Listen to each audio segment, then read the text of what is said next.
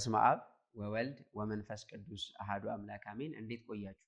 እኛ እግዚአብሔር ይመስገን ደህና ነን። ዛሬ በስምንተኛ ክፍል የምዕራፍ 3 ትምህርታችን ላይ ተገናኝተናል ማለት ነው። በዛሬው ትምህርታችን የምንመለከተው እንግዲህ በአገናዛቢ ቅጽሎች እነሱን እንመለከታለን። አገናዛቢ ቅጽሎችን ወይም ቅጽሎችን እንመለከታለን ማለት ነው። በተቻለን መጠን ከአማርኛና ከእንግሊዘኛ ቋንቋ ትምህርት ጋር ለማያያዝ እንሞክራለን ማለት ነው። ከኔ ጋር አብራችሁ ለመከታተል እንዲያመቻችሁ ምናልባት በእናንተ ገጽ 40 ላይ መጽሐፋችሁ ላይ ልታገኙ ትችላላችሁ፣ ወይም ደግሞ አገናዛቢ ቅጽሎች የሚለው ላይ ልትከታተሉኝ ትችላላችሁ ማለት ነው። እሺ፣ አገናዛቢ ቅጽል የምንላቸው እነዚህ በእንግሊዘኛ ፖሰሲቭ አድጀክቲቭ ፕሮናውንስ ወይም ደግሞ ባለቤትነትን የሚገልጹ እንደማለት ነው። ፖሰሲቭ አድጀክቲቭ ፕሮናውንስ የምንላቸው ማለት ነው። ስለዚህ አገናዛቢ ቅጽሎች በመራሕያን ይረባሉ ማለት ነው። ለምሳሌ የእኔ ለማለት ከፈለኩኝ ማይ ልል እችላለሁ አይደል? በእንግሊዘኛ ማይ። በግዕዝ ደግሞ ዘዚአየ ልል እችላለሁ። ዘዚአየ። ከዛስ ዘዚአነ የማ የኛ አወር ምንለው ማለት ነው። የኛ ይሆናል። ዘዚአኪ የአንቺ ዩር። ዘዚአኪ የአንቺ። ዘዚአክሙ የእናንተ። ይህንን ያው ዩር ነው የሚለው በእንግሊዘኛው ማለት ነው። ስለዚህ እነዚህ ምንድናቸው? አገናዛቢ ቅጽል ናቸው፣ ወይም ደግሞ ባለቤትነትን ይገልጻሉ። የኔ፣ የኛ፣ ያንተ፣ ያንቺ፣ የናንተ እያለ የሚያገናዝቡ ናቸው ማለት ነው። በአረፍተ ነገር እንመልከተው እስቲ። አነ ውእቱ ዘዚአሃ ወልድ። አነ እኔ ማለት ነው። ውእቱ እሱ ማለት ነው አይደለ? ግን በዚህ አረፍተ ነገር ነኝ ነው ትርጉሙ። ሰባተኛ ክፍል ትምህርታችን ላይ የመራሕያን አገልግሎትን ስንመለከት 3 ጥቅሞች አሏቸው። ከነሱ ውስጥ አንደኛው ጥቅማቸው ምንድን ነው? ነባር አንቀጽ መሆን፣ የመሆን አንቀጽ መሆን ነው አይደለ? ስለዚህ አነ ውእቱ ዘዚአሃ ወልድ ስንል እኔ ዘዚአሃ የማ የሷ ወልድ ልጅ ነኝ፣ ወንድ ልጅ ማለት ነው። ስለዚህ አነ ውእቱ ነኝ ማለት ነው። አነ ውእቱ ዘዚአሃ ወልድ፣ ዘዚአሃ የማ የሷ። ስለዚህ አነ ውእቱ ዘዚአሃ ወልድ እኔ የሷ ልጅ ነኝ እንላለን ማለት ነው። እኔ የሷ ልጅ ነኝ እንላለን። ስለዚህ ዘዚአሃ አገናዛቢ ቅጽል ነው ማለት ነው። አገናዛቢ ቅጽል የሷ ኸር እንደምንለው ማለት ነው በእንግሊዘኛ። እስቲ አንድ ምሳሌ እንጨምር። ሌላ አንተ ውእቱ ዘዚአየ ወልድ። አንተ የእኔ ዘዚአየ ነው ያልኩታ፣ ዘዚአየ አይደለ? ስለዚህ አንተ የእኔ ልጅ ነህ። አንተ ውእቱ ዘዚአየ ወልድ፣ አንተ የእኔ ልጅ ነህ፣ ወንድ ልጅ ማለት ነው። እንደዛ ብለን መግለጽ እንችላለን ማለት ነው። ጥሩ። እስቲ ዝንቱ መጽሐፍ ዚአሃ ውእቱ ብንል ምን ማለታችን ነው? this book is hers ማለት ነው። ይሄ መጽሐፍ የእሷ ነው። ባለቤትነት አይደለ? ባለቤትነቱ የማን ነው? የመጽሐፉ የእሷ። ስለዚህ ዝንቱ መጽሐፍ ዚአሃ ውእቱ እንላለን። እስቲ ራሳችሁን አስተዋውቁልኝ ብላችሁ ስማችሁን እንዴት ትነግሩኛላችሁ?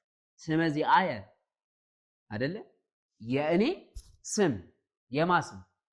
የእኔ አይደል? ባለቤትነትን እየገለጽኩ ነው።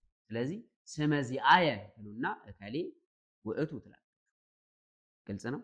ስለዚህ ባለቤትነትን የሚገልጹ ናቸው። ስመ ዚአየ፣ ስመ ዚአኪ፣ የአንቺ ስም እያልን መግለጽ እንችላለን ማለት ነው። በጣም ጥሩ።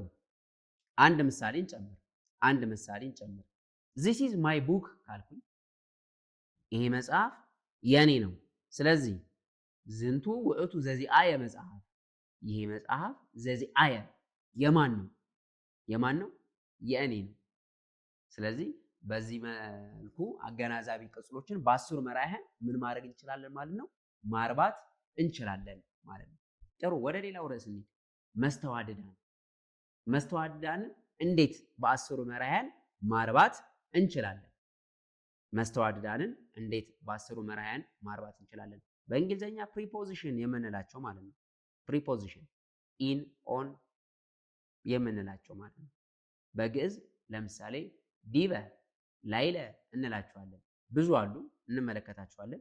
ታይተ በታች፣ ዲበ በላይ፣ ላይለ ላይ፣ ውስተ በውስጥ እንደማለት ነው። ግልጽ ነው። ስለዚህ እነዚህ ፕሪፖዚሽን ወይም ደግሞ መስተዋድዳን እነዚህንስ እንዴት እናረባቸዋለን? እስቲ እንመልከታቸው። በጣም ቀላል ነው። አንዱን ማርባት ከቻለን ሌላውንም ማርባት በጣም ቀላል ነው ማለት ነው። ለምሳሌ እስቲ ከዲበ እንጀምር። ከዲበ እንጀምር። እኔ ላይ ካልኩኝ ዲቤየ እላለሁ።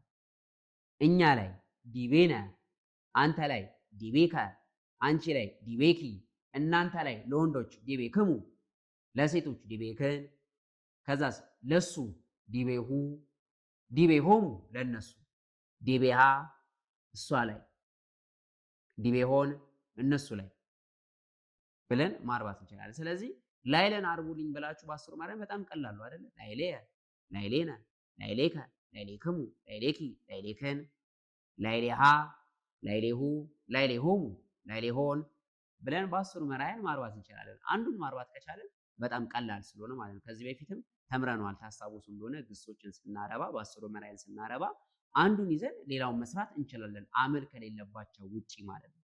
አመል ያለባቸው ይኖራሉ። ከነሱ ውጪ ግን አንዱን ምሳሌ በመመልከት ማርባት እንችላለን። ስለዚህ እነዚህን መስተዋድዳንም አንዱን ካየን ሌላውን ማርባት በጣም ቀላል ነው ማለት ነው። አንድ ምሳሌ እንጨምርላችሁ እስቲ።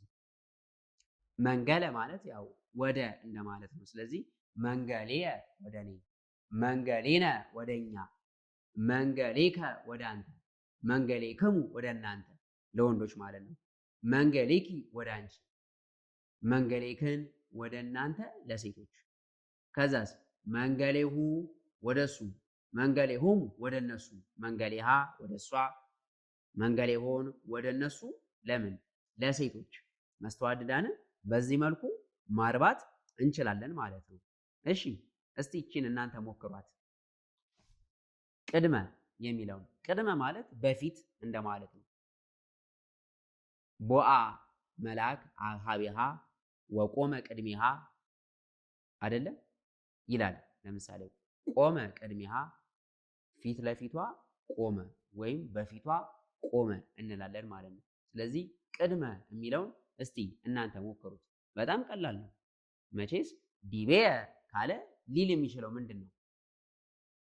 መልሱን ለእናንተ ትቼዋለሁ። ስለዚህ ይህንን እንደ የቤት ስራ ያዙትና መልሳችሁን በአስተያየት ወይም ደግሞ በኮሜንት መስጫው ስር ታስቀምጡልናላችሁ ማለት ነው።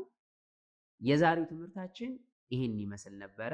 በቀጣይ የስምንተኛ ክፍል ምዕራፍ 4 ትምህርት ላይ እንገናኛለን። ጥያቄውን መስራት እንዳትረሱ። ስለነበረን ጊዜ የእግዚአብሔር አምላካችን ስም የተመሰገነ ይሁን። በቀጣይ እስከምንገናኝ ቸር ቆዩ።